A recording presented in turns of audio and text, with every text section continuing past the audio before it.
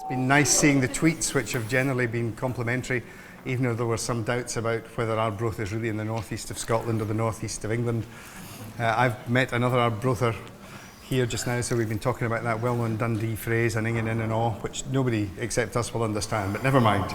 So the afternoon, let's press on with that and more fun and games. Our first keynote speaker this afternoon is Alan McLean, who has a background in teaching, but specialises in behaviour, motivation and well-being. He's published books on the topic, and a third one I gather is just in preparation. We're going to get some of the highlights of that. It's at that stage where the work's done, but the title's not quite settled. So he'll no doubt tell us what the title is going to be, at least for this week. Alan, okay. The floor is yours. Okay. Thanks very much indeed. I should just stop now after an applause. Can you hear me okay at the back? Yeah. Thanks very much indeed. It's quite a privilege and to be invited to such a prestigious conference as this, so it's fantastic. And it's the first time I've ever done a session before awards, so it's quite exciting. I can almost taste the wine already. It seems appropriate to be talking about motivation and well-being. I'm often introduced as a motivational speaker, but I have to warn you that I'm from the kind of Reverend I Am Jolly school of motivation.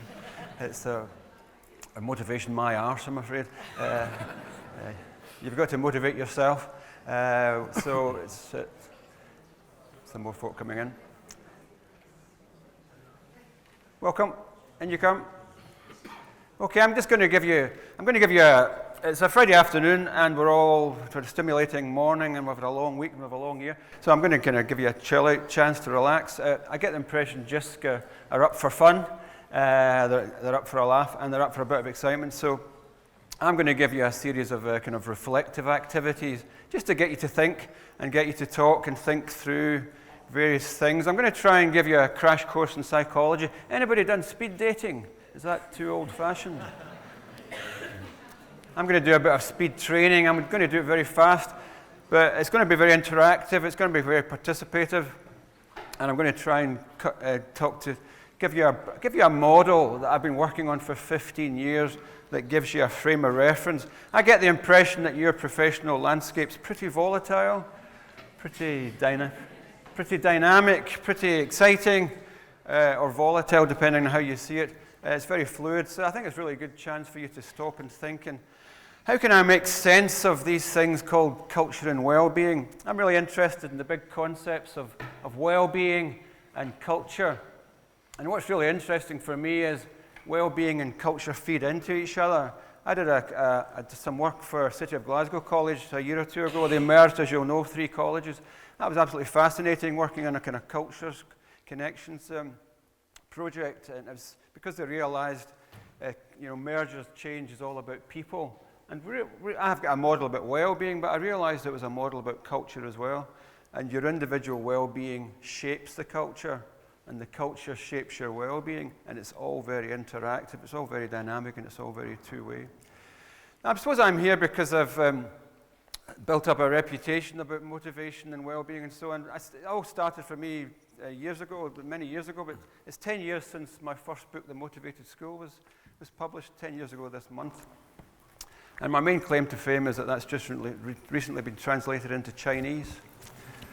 And there's a lot of people in China, so I'm really chuffed about that. Some of my colleagues in Glasgow thought I was in Chinese already. That'll give you an idea of what they think of me. I'm just going to, as I say, talk you through some activities, but I suppose the main ideas I developed were after my book, The Motivated School, was published. I was seconded for. I always get that wrong. For 5 years, the Scottish Government seconded me. And that was a fabulous opportunity to work with students of all ages, and parents and social workers and teachers and so on. It was a fantastic opportunity. And that work created the Motivated School. It's been translated into the Motivated College, and some colleges have dabbled in that as well. My latest book is about the wings of autonomy, which is why there's a nice picture of a duck and a goose in your front cover there. And I'll explain that to you in a second. I've concentrated for several years on 10-year-old children because that's really, really interesting age. It's the most interesting age psychologically. I call it the CBA syndrome. You might know it as curriculum-based assessment. I call it the can't-be-arsed syndrome. Pre-10, most children buy into learning, but post-10, something happens, and it's very interesting, and it's mainly the peer group which actually dominates people, but it's very interesting. I've also done some work with 18-year-olds in the business studies department and travel and tourism in the city of Glasgow, and that's really excited me because it must be fantastic to work with 18-year-olds because their well-being is just really blossoming and flourishing. They've got all the capacities required, but they're so open-minded. It's absolutely fantastic to work in that way. Anyway, I'm going to make it interactive and give you a series of activities. The first one I'm going to do, you could just take your pack. You need the pack with this is the pack. Just turn it to the back. I'll give you 5 seconds to think of something, and I'm going to give you a question. I want you to write your answer on the back of your pack. But let's have a bit of fun. It's almost like a game of hangman. Don't write the answer. Just write the capital letters and then dash, dash, dash. And then the people sitting on either side can try and work out what you have written. The first task is, in life, what energizes you? What gets you up in the morning? What makes your heart sing? Nothing rude. Sorry? Nothing rude. Oh, please. I like rude things, yeah. What you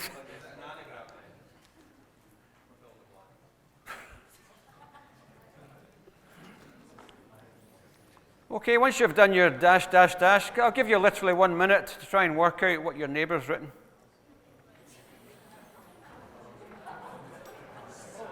Give them a few clues.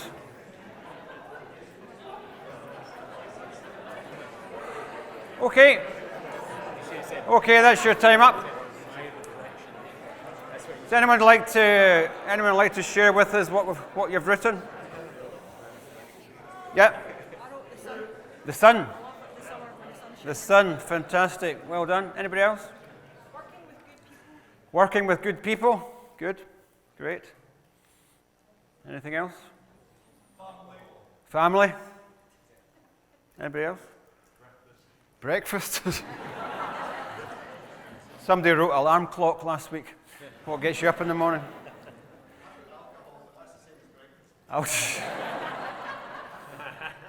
I saw someone writing Sex and Champagne over there, which is fantastic. So, has anyone written awards, winning awards?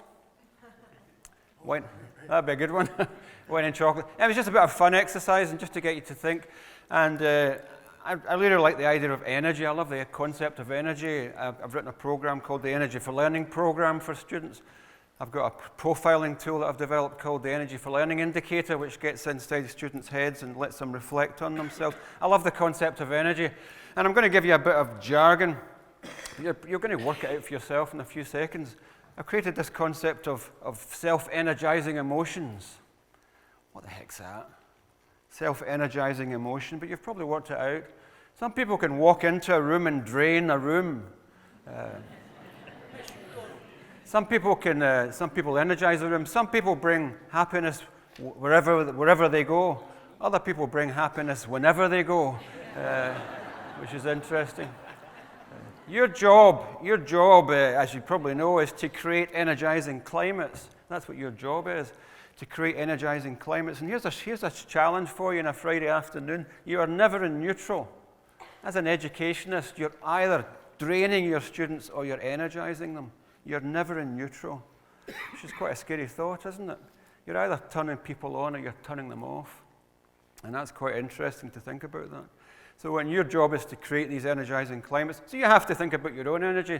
And I'm interested in giving you a chance to think about your own well-being, because that's really interesting. So it's all about energy and so on. I'm going to talk for a couple of minutes about culture. What is culture? And a couple of minutes about well-being, and then I'm going to explore very speedily something called personality, touch on your emotions, and focus on your needs, and that'll give you a framework to make sense of all this. But before we go any further, can we just, again, another brainstorming exercise, just to write 2 words. The first word is what comes to your mind when you think of your own college or university culture. Describe it in 1 word. Describe it in one word. Don't think about it too much. Don't show it to anyone yet. Describe your college or university culture in one word. Okay, question 2 is, what is the emotion that you associate with that culture? What emotion comes to mind when I ask you? Your college, university culture, what's the emotion? And write that down as well. And try and explain that to your neighbour. I'll give you 90 seconds. Okay. Thank you. I stimulate all these interesting conversations and have to tell you to shut up.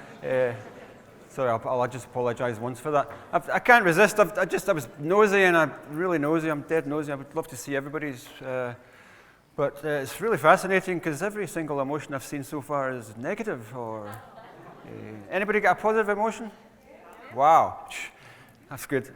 Because I thought, oh my goodness, I realised I was right when all this volatility, because it is a very volatile time, and there's a lot of angst and all sorts of change and so on. And change is incredibly scary and incredibly threatening.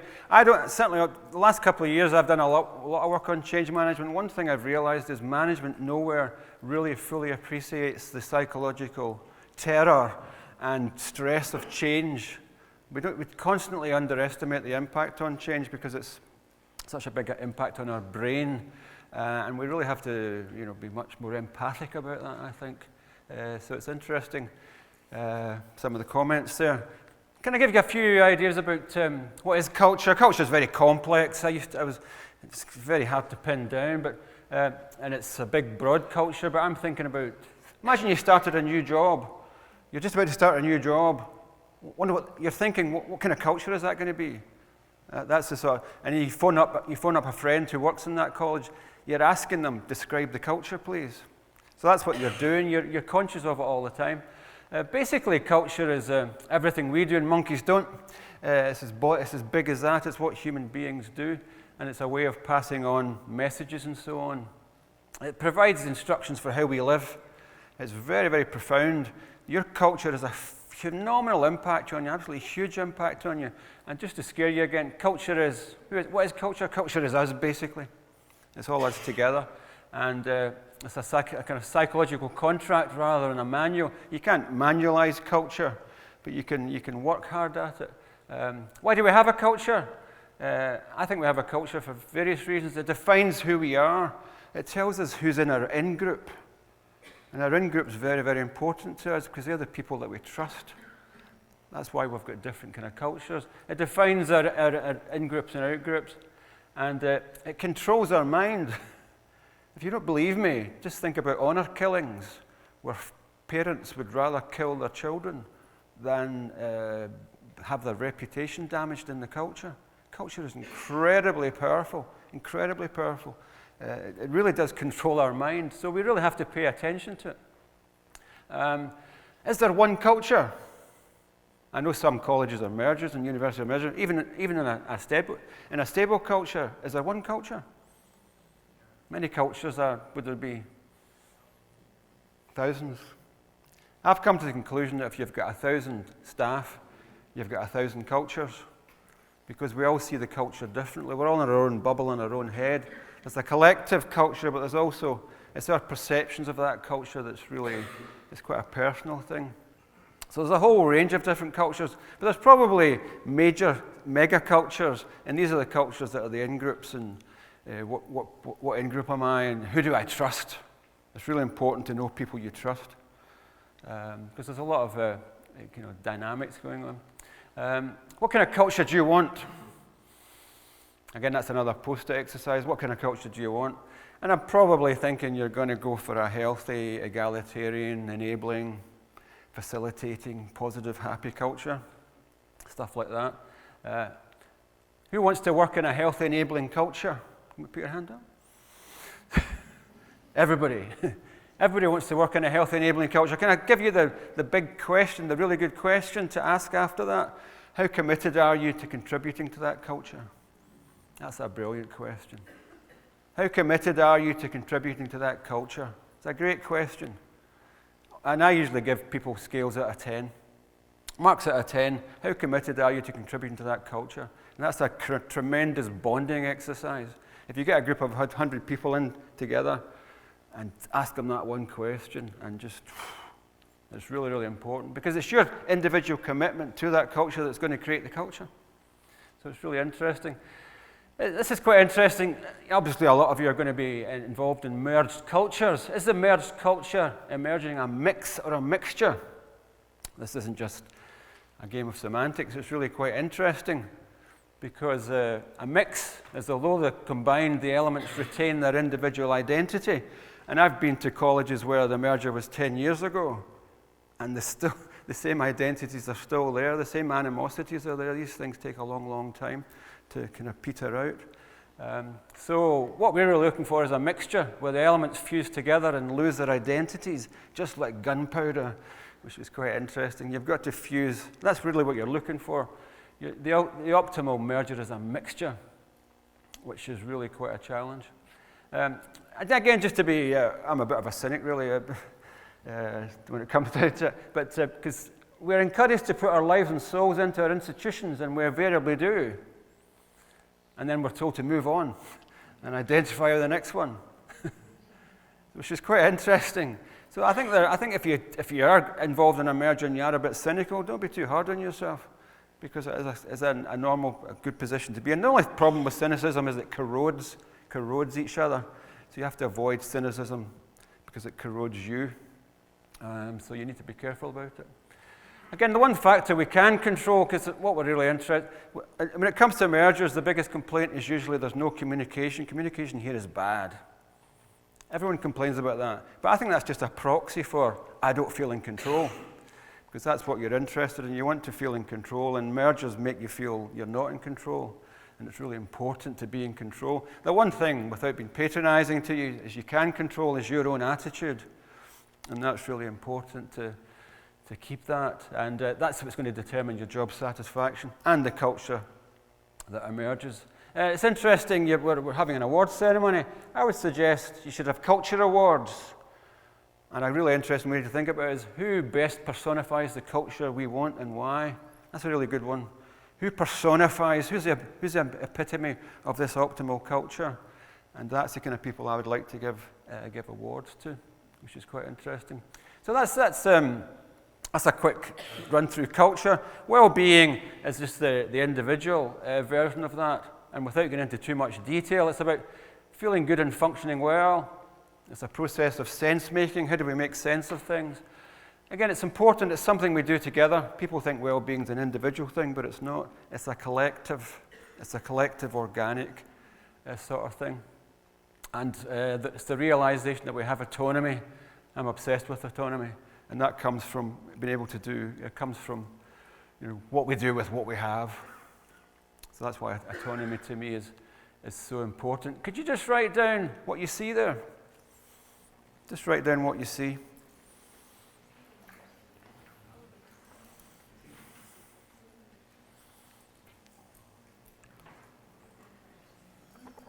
Okay, who's written down evil? Let me see you. You're the evil people. Who's written down good? What does it mean if you've seen both? You're the good people. Who's written down evil and good? You're the clever people. I just show you this. I always do this at every talk I give, because I can't emphasize enough the importance of perceptions. Perceptions are absolutely crucial. Emotions and personality are important and so on, but perceptions are absolutely crucial. Your perception of your culture is what's driving everything. And can I just give you a health warning? You might be wrong. Why? Because your perception is full of biases. That's why. We all think we're wonderful people, and the other person's wrong. Then get real. I think we need to realize that we've all sorts of interesting biases that make us favor ourselves. We favor ourselves very much. We deceive ourselves very easily for all sorts of reasons. So we have to be very conscious of, if I've got it, this is my view, I've probably got it wrong. So you need to kind of think about things. When you predict your future, the best way to do it is to get someone else to predict it for you. because you're going to get it wrong. We understand other people better than when we understand ourselves, which is really quite interesting. So perceptions are really interesting, and it's a golden thread running through all of this. And there's something called self-illusions. That's a really interesting example. And the biggest yet invisible influences on a culture, whether it's a classroom or a college or a university, is group dynamics. Why are we having awards? Why are awards so powerful? Because it gives us the respect and status of our peer group. That are the two biggest motivators of human beings, respect and status of their peer group. We are obsessed with our reputation from our contemporaries. It's incredibly powerful. It's powerful for 10-year-olds, it's powerful for 50-year-olds, and that's why you're having awards. So I'm particularly interested in peer comparisons. It's a fantastic motivator, and also there's a good example of peer dynamics, and something called emotions. Emotions are incredibly important. That's why I mentioned that already. Can we pause for a second? Why do human beings have emotions? Big question. Why do we have emotions? Keep us alive, keep us going, make us believe in God and afterlife. Otherwise, there'll be no. Wow. Wow. Okay, that's a lot. Keeps us alive, keeps us going, keeps us believing things. Absolutely. Anything else? We're social creatures. Absolutely. Makes us look after our young and our old, hopefully, as well. Yeah, great. Anything else? Decision making. Tell me more. You're right. It helps us make decisions. You're absolutely right. See if you have a problem making a decision between two alternatives or two options. Interesting tip. Throw a coin up and watch your emotional reaction to the coin. If it's a good reaction, you know what? If it's a bad reaction, it tells you what your brain really wanted, because it helps the brain, the emotions help you make decisions. So emotions are incredibly important. Have you ever had a departmental meeting on the agenda? Top of the agenda is the emotional life of the college. No. Why not? It's the most important dynamic in a college, so why aren't you talking about it? It's crazy. I'm being flippant, but it is interesting. Every problem that you've got in your college is down to emotions created by interpersonal relationships. And again, that's what we're trying to do here is trying to make it obvious, give people a language so that they can talk about these things. The reason mergers become so difficult is people get very emotional and they can't communicate and they go in the huff and they get bad-tempered, and anybody in a merger feel negative and petty. You get petty. That's because you get anxious and you close down, as opposed to positive emotions that gives you the big picture. So it's trying to give people a language to think through. These are very personal things and it's difficult, but if you give people a common language, it helps you think things through. Again, emotions for me help us communicate, make up our minds without thinking too much, and they help us do the right thing. So it's really important to tune into your emotions. I'll just give you a quick psychological exercise here. Could you, in your groups, I'll give you another minute. This is quite interesting, just to show you the subtleties of emotions. Could you tell me what these 6 have in common that make them different from these 5? 2 lists. What do the lists have in common that make them different from each other? I'll just give you a minute in your groups. How'd you get on? Anybody cracked it? And they'd like to give us our thoughts? Visible and invisible. Which ones?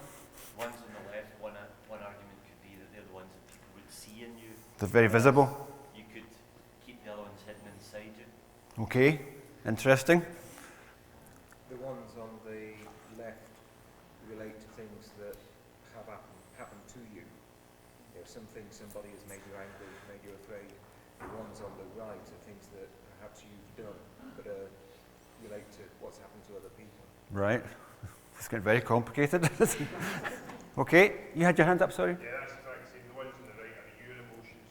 You've caused them to yourself. The ones on the left would be you or anyone else. Right, we're getting warm, good. But the other side of it, the ones on the right are cultural. Uh, The left are universal. oh, I see. Oh, so they're different in different cultures. Determined. Ah, right. That's really interesting. This is how I write books.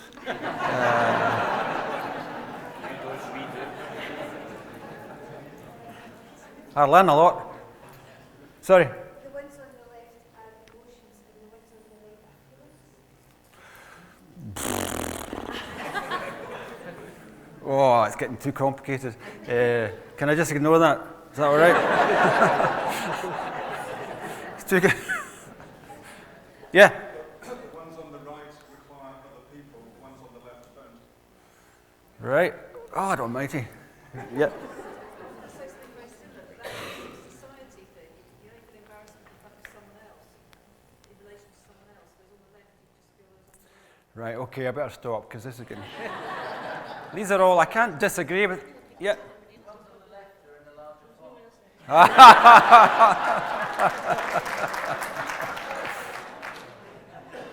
That's the answer I was looking for.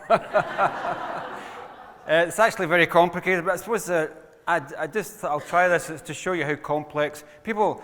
The speaker this morning said the emotional intelligence of an organization. Emotional intelligence is a nice buzzword. Everyone thinks they're emotionally intelligent, but I think when you drill down, it's more complicated than that. And just to show you how complex things are, we've confused ourselves. It certainly confused me. And that gives you basically, your answers were really quite creative there. And these ones are what are called the basic emotions. These are the basic emotions. I call them the tiger emotions. I'm frightened because there's a tiger there. It's reality, it's the circumstances, the context. Whereas the one on the right-hand side are much more complex, and they're called the self-conscious emotions. They're all about me. They're all about, so the ones on the left are about other people and the events, but the ones on the right are my interpretation, my perception, I'm screwed up, my paranoia, my kind of, it's when the self judges the self, which is really, that's why they're so powerful. But it's when the self judges what other people think of us. That's why when it comes to mergers and so on, these are the really interesting kind of psychological processes that are complicating things. So it's very interesting. I call them the basic. They're called the basic and the self-conscious emotions. They are the basic emotions are universal, and the self-conscious emotions are slightly more cultural. But it's really interesting. Does your college culture create its own set of emotions? That would be a really interesting project. Really interesting. Or what are the hot emotions for our culture? When people walk into your culture, what do they feel? What are your signature emotions? That would be a really interesting project. Really interesting. And I call them the spirits and the mixers, which is another way, because they merge. They merge. When anger merges with shame, for example, that's when you get out the room because people become aggressive and so on. But just to give you another example of how interesting, complex this is, take two of the emotions there, pride and humility. They're very interesting, and they're a nice balance. But can you ever have too much pride or too much humility? Can you? I guess all these things, you can have too much of something, and that's quite interesting. Pride comes before a fall and so on. I'll show you this framework that will recur throughout the next 40 minutes. You can have, what happens when you've got too much pride and no humility? What does that look like? How would you describe somebody who's got too much pride with no humility? Arrogance, exactly. A tyrant, exactly. Arrogance is a really interesting word. It's a good way to cause a fight among a group of people, particularly women, to debate about arrogance. Is arrogance a good thing or a totally bad thing? It's really interesting. It gets people really quite annoyed. Because some people can't stand arrogance, but other people think it's a good place for arrogance.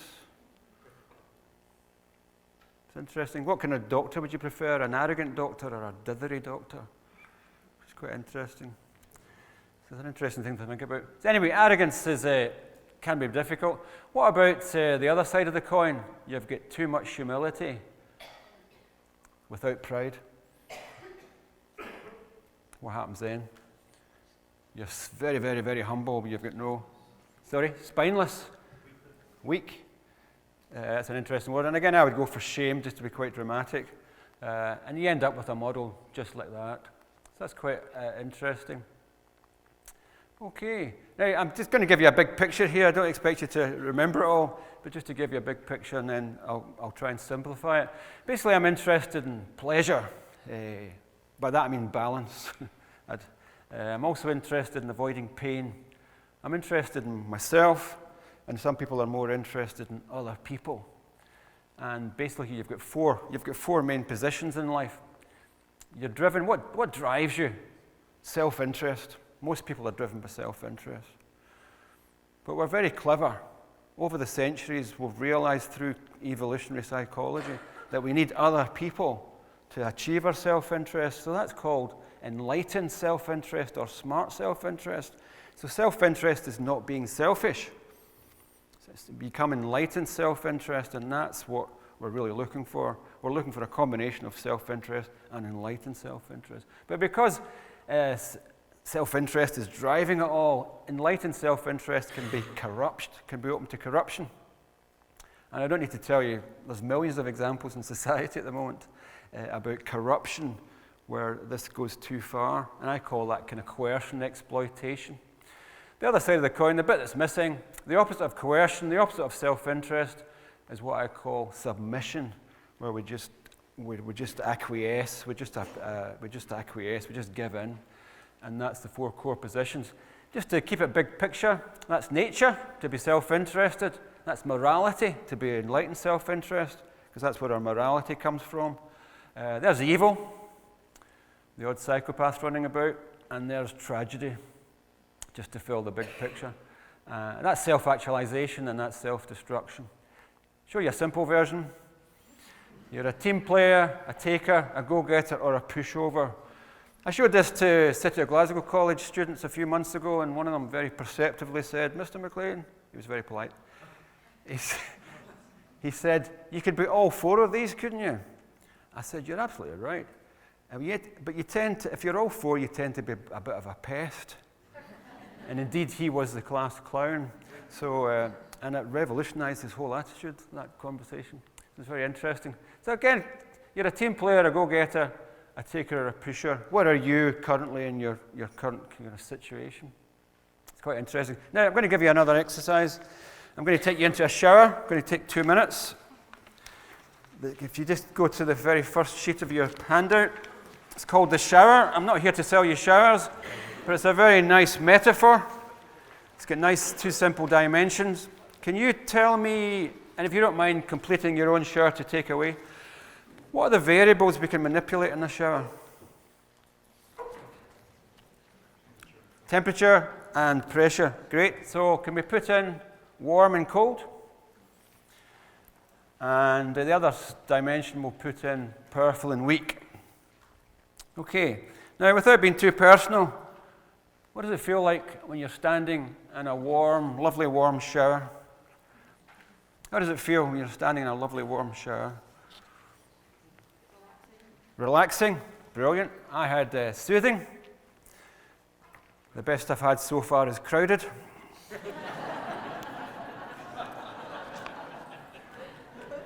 What about the next one? It's a very powerful shower.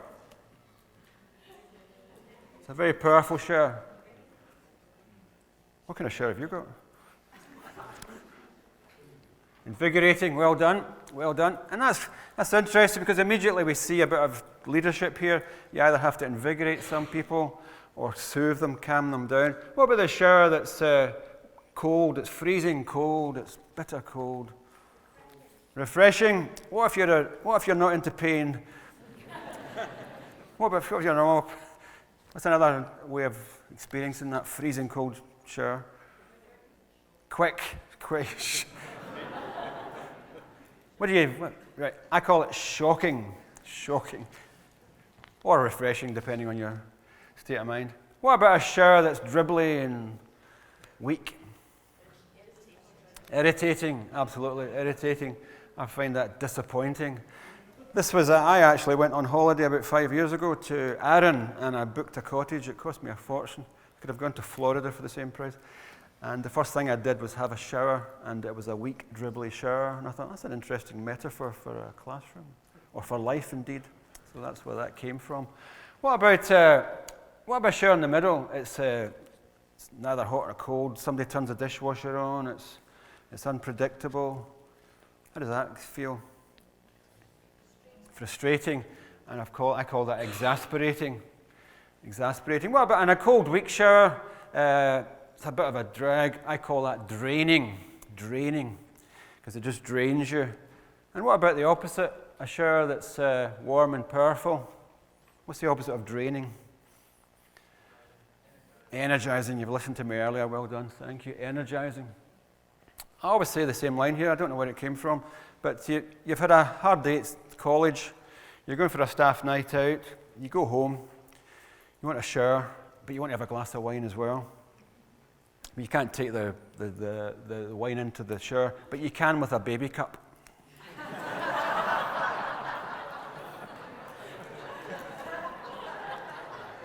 That's all you remember about this afternoon's talk.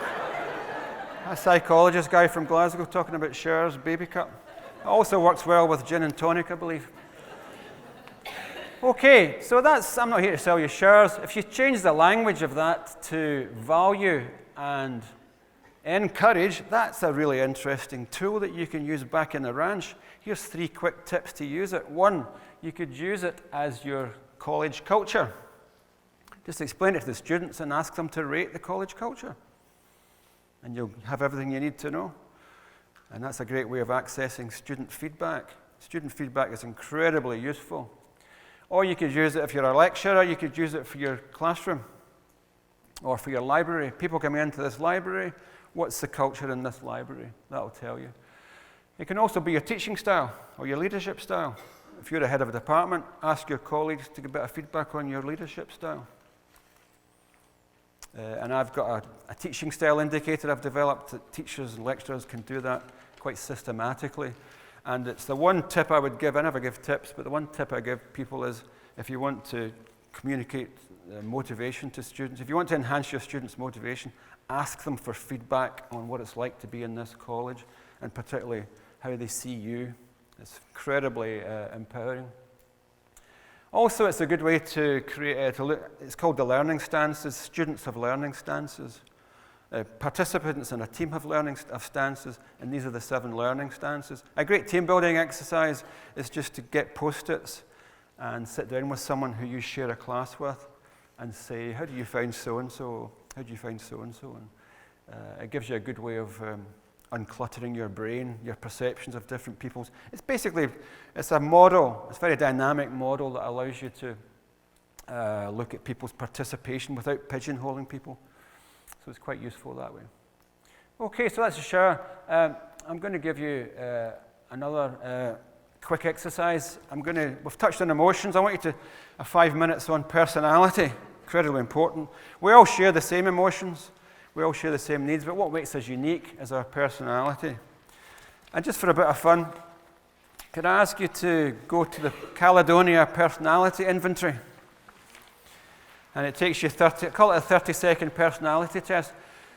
You just tick the ones that describe you. If you're sitting beside someone you know really well, why don't you do them and they do you? They do you. Okay, that's it. Your 30 seconds are up. I'm glad you took it with the spirit it was intended. It's just a bit of fun. It's a useful thing to do back in the ranch. I discovered that if you use Y words, it gives people a chuckle. So it's a good way to explore things in a light-hearted way. I do a lot of work down in England, and they find some of these terminologies quite difficult. I was down in Bristol a fortnight ago, and what the heck does nippy sweetie mean? It's really funny. And somebody asked for easy Aussie, and I said, that's an Australian, it's easy to get into bed with, which is quite interesting. That was one of my original spontaneous jokes. Can I just give you we're not trying to pigeonhole people, we're just trying to give people a frame of reference. And personality types are quite interesting. and I'll give you 2 seconds worth. There are 3 main types of personality, and I always imagine 5-year-olds tumbling into school every autumn in Scotland, and you'll see kids, same when you come into your library or for the first time, you'll see some kids that are impulsive, maybe under control, bags of energy, dives into the swimming pool 6 feet deep, can he swim, doesn't matter, just full of energy, and that's a fantastic kind of positive way. Then the other side of the coin is what I call cautious. They're quiet, shy, don't smile, sort of stand in the corner and watch. Again, it's an interesting way. And then the best of all is adaptive, where you're adaptive, good self-control. You've got a balance, you're composed, you're relaxed, you're mature, you're sensible. Psychologists call them girls. I wondered if that would travel. So that's quite interesting. I'll give you there's a guy, there's nothing new in this world, and there's a guy called Aristotle. He was kicking around a couple of thousand years ago. And he came up with a brilliant concept which hasn't been bettered. It's called the golden mean. Always be in the middle, always compromise, always moderate, always balance, always look for balance. And that's a great thing. And I really like this kind of notion. You want to be as impulsive as you can get away with and as cautious as you need to be. And that's a great way to approach your situation. Be as impulsive as you can get away with and as cautious as you need to be, which is an interesting way to lead your life. And what you're looking for is adaptive self-control. It's a pity our banking college didn't live to this, but that's another matter. Quite a bit of feedback for yourself. If you ticked all 10 of these and nothing else, never too late for a change of career. If you ticked all 10 of these and nothing else, then you're just a self-sacrificing doormat, and people are going to walk all over you. If you ticked all 10 of these, then you're just a self-deluding liar, basically, so you can't get it right. I'm doing this very fast, but because I want to get into the final bit. But there's nothing wrong with being impulsive, nothing wrong with being cautious, but again, you can take things too far, and you get into the dark side. So, what if you're cautious, but you've got no oomph? What's that going to look like? Sorry? You won't achieve anything yet? Because you're apprehensive. You're just apprehensive and you're stuck. What if you're impulsive and you've got no brake?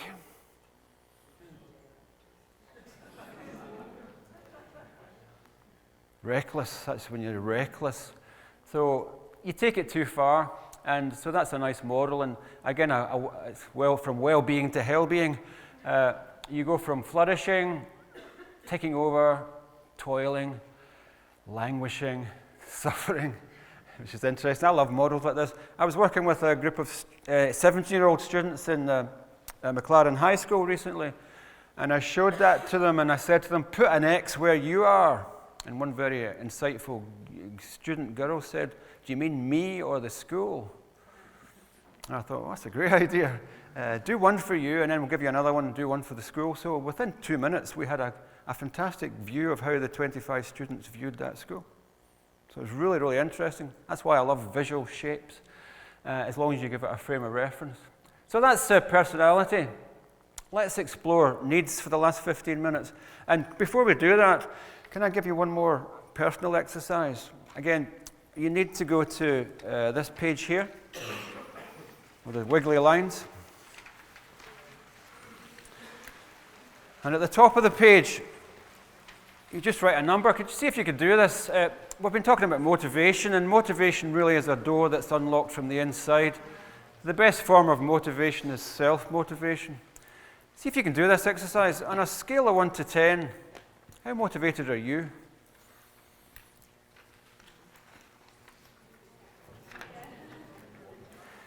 You've been awkward?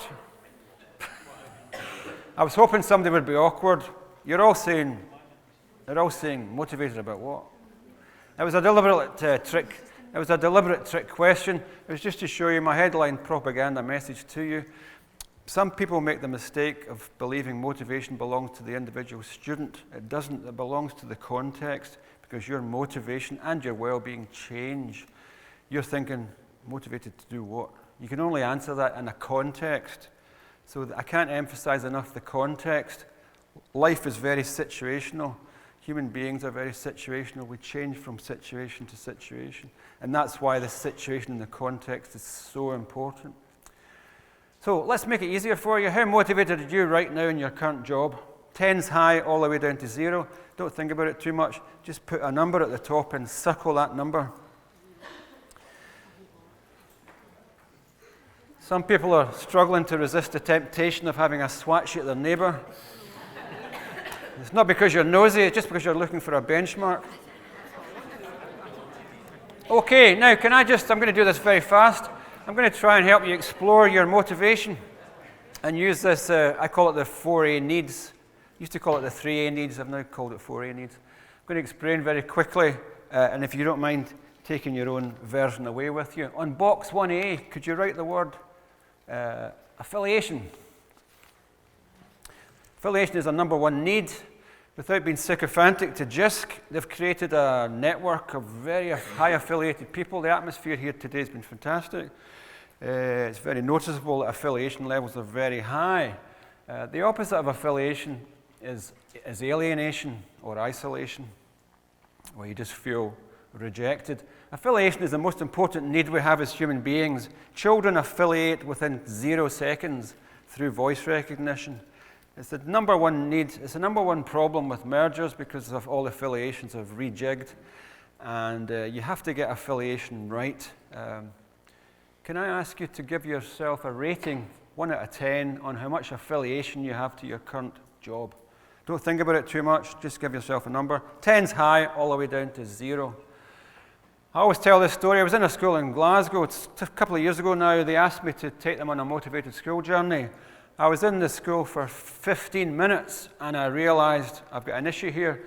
And I said to the head teacher, I'm really sorry, I don't think you're ready for this project yet. And she said, oh, what's wrong? I said, I've just been into the staff room, and I've seen 18 jars of coffee. I said, I'll come back when you're a 1 jar of coffee school. Because you can't give what you don't have. Teachers can't give affiliation to students if they're not talking to each other. You can't do that. So you have to really think about what's the affiliation. That's why team building is so absolutely crucial. So that's affiliation, the most important need by a million miles. Second need is agency. You write agency in box 2A, agency. And the opposite of agency in this context is apathy. We use agency in different jargons, but agency for me means self-belief, confidence, competence. I'm in control. I can do my job. As opposed to I feel hopeless. So give yourself a score for agency. 0 to 10. 10's high, all the way down to 0.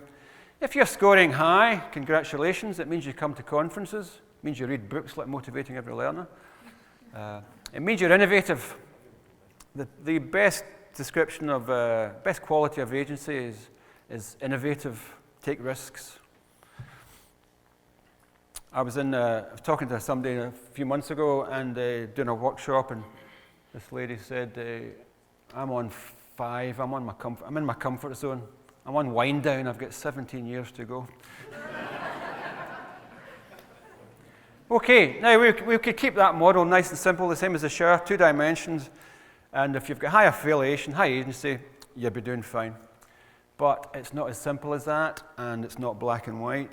It's a kind of linear dimension. We need to introduce a bit of grey to this, and it's more nuanced. And also, interestingly, affiliation is all about we, and agency is all about me. So how do human beings resolve this tension between cooperation and competition? Some of your colleagues can be good friends, but they're also your rivals and your competitors. And even more in mergers. That's why mergers are so dynamic, because they just change the pecking orders and they make people competitive with each other. It becomes a win-lose situation. It becomes very tense. How do we resolve this? And we resolve this, in my opinion, through the magic of autonomy. And autonomy is a curve.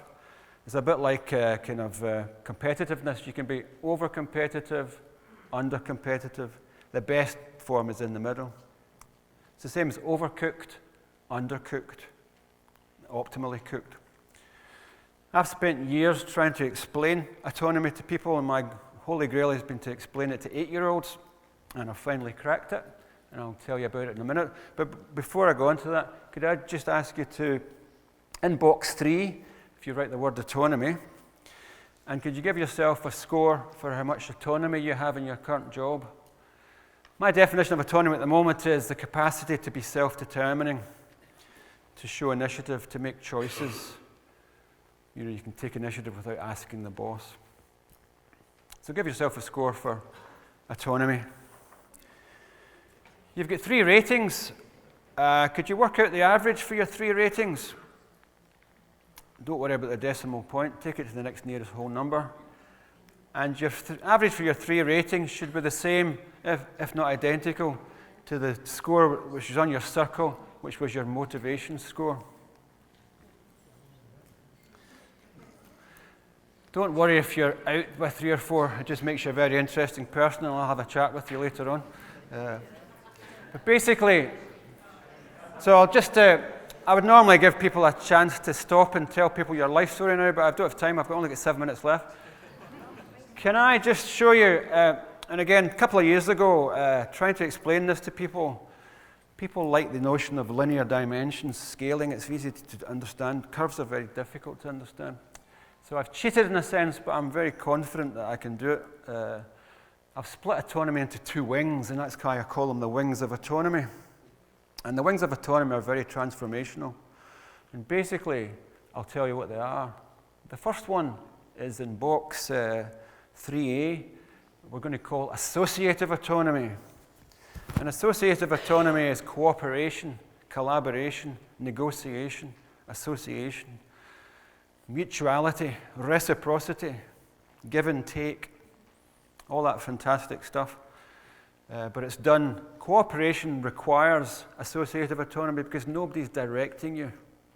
It's not pressure from the external. You can't force cooperation. Some people try and force it and it screws up. And the more pressure you do, the worse it makes. You have cooperation has to be autonomous, and I call it associative autonomy, which is a fantastic capacity. But again, can I just show, I'll use myself as a visual aid. I'm very associative. I'm a great team player. I'm accommodating. I'm very affiliative. I'm going to become unbalanced. What do I need to be rounded and keep my feet on the ground? What do I need to balance that association? Individualism, great. Anything else? Self-belief. Self-belief, fantastic, yeah. Any other concepts? Independence. So independence, individualism, self-belief, fantastic. And I call that assertive autonomy, which is in box 3, I can't even see it, box 3.2a. And assertive autonomy and associative autonomy I find really helpful because we can take these as 2 separate kind of dimensions and play around with them and talk to people about these 4 needs and 4 energies, and it's very, very helpful to reflect for people. But can I take you into the dark side for a few minutes just before our awards? Some people are on the dark side. You have people coming out of your courses, all sorts of difficulties. Why? Because they're alienated or they're apathetic. And we need to find out the opposites of these 2 to complete the picture. I've given you a few hints already. What happens when you've got very high assertive autonomy? You're ambitious, you're principled, you're good self-belief, you're confident, but you don't give a shit. You don't care about anyone else. What's going to happen? What's that going to look like? Ruthlessness. Brilliant. And again, I call arrogance, but we take it too far. It's ruthless. It's coercion. It's the dictator. It's the dictator boss. It's the bully boss, which is so counterproductive. And if in box 3.1b is coercion, where you force the issue, exploitation and so on, which is incredibly counterproductive. None of us like pompous, arrogant, domineering people as bosses. It just does not work. And it's very counterproductive. Okay, what about the other side? We're very accommodating, so high associative autonomy. We've got blind obedience, where we conform, and again that becomes a submission, and we call that submission, which is the final one in box 3.2b. Sometimes we just call it a pushover. And basically, that's a barnacle goose that comes from Greenland and lands in Islay. And basically, just as a metaphor, the 2 feet of the goose are the foundational needs for affiliation and agency. These are foundational. We need affiliated, we need agency. These are essential, but we're not going to take off and flourish without the wings of autonomy, which is associative and assertive autonomy, which is that beautiful, beautiful thing there. And that's a nice place to kind of think about that. I'm just going to get to, we don't have time to look at the climates in detail, but I've given you a handout which looks at in detail the 7 climates. We've seen these climates already in the shower, but you can use it to reflect on your own culture. Is your culture on your college sunny? Is it calm? Is it bright and breezy? Is it foggy? Is it stormy? Is it a tsunami culture? Or is it changeable? Which is an interesting way to think about it. No doubt different people have different perceptions. But interestingly, we have to be responsible for our own attitude and so on. So that's why I'll leave you with our own stances. And this is really interesting. If you're in a merger, you need to think about, well, where am I in this? And am I dragging people down? Or am I energizing people? Or, poor me? Or is it I'm excited? And it's really useful to think these things through. And I've done a lot of work with people exploring these. And again, we're not trying to pigeonhole people. And the good news is people move around these stances all the time. When I show these stances to children, I ask them to point their finger. Where am I when I'm doing art? Where am I when I'm doing science? Where am I when in the playground? And it's movement. People's stances are very dynamic. That's the important thing to remember. But when you look at your own culture stances, there's too many to look at here. But I've given you a handout. It's called the cooperative stance, where you basically share. You're very mutual. It's a competitive stance, where you're very excited and you're a kind of mover and shaker. Or if you can balance both of these, you're making it happen. You're the coach, you're the leader, you're the catalyst. If you're in the dark side, I call them defensive stances, because we're defending ourselves. Anybody who's giving you difficulties, they're not out to get you. There's the odd psychopath running about, but most people are just trying to defend themselves. That's why we call it the defense industry. We don't call it the attack industry, we call it the defense industry. So the defensive stances are hiding, or stormy, where you're kind of agitated, or you're upset, you're depressed, or you're a pest. And there's too many to look at. I'll just finish with my favorites. There's the president of the Pissed Off Society. Every college has got one. There's the last minute questioner. September weekend, staff meeting, 3:45. Any final questions, the principal? And somebody puts their hand up. There's the I don't do icebreakers. And the last one, beam me up, Scotty. So that's quite an appropriate one to end up. Hope you enjoyed that, and thanks very much indeed.